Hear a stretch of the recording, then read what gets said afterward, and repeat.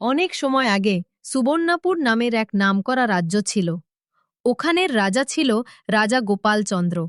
সে নিজের বুদ্ধিমত্তা আর নরম স্বভাবের জন্য জনপ্রিয় ছিল। একদিন রাজা মনে মনে ভাবল, সত্যিই কি আমার প্রজারা সুখে আছে? উনি নিজের সাধারণ কাপড় পরলেন, একা একাই বেরিয়ে পড়লেন দেখতে। গ্রামে ঘুরতে ঘুরতে রাজা দেখলেন, কেউ ক্ষুধার্ত, কেউ কষ্ট করছে, কিন্তু তাও দুঃখী। ওর মধ্যেই উনি দেখলেন একটা ছোট ছেলে মাঠে কাজ করছে। বাবু, তোমার নাম কি? কেন কাজ করছো? আমার নাম ভোলা বাবু। আমি অন্যজনের জন্যে কাজ করি, নিজের জন্য নয়। শোনার পর রাজা মনে শান্তি অনুভব করলেন। পরের দিন রাজা নিজের রাজসভায় ঘোষণা করলেন, যে সব থেকে সরল ও সৎ হবে তাকে আমি আমার প্রসাদে স্থান দেব। অনেক লোক এলো।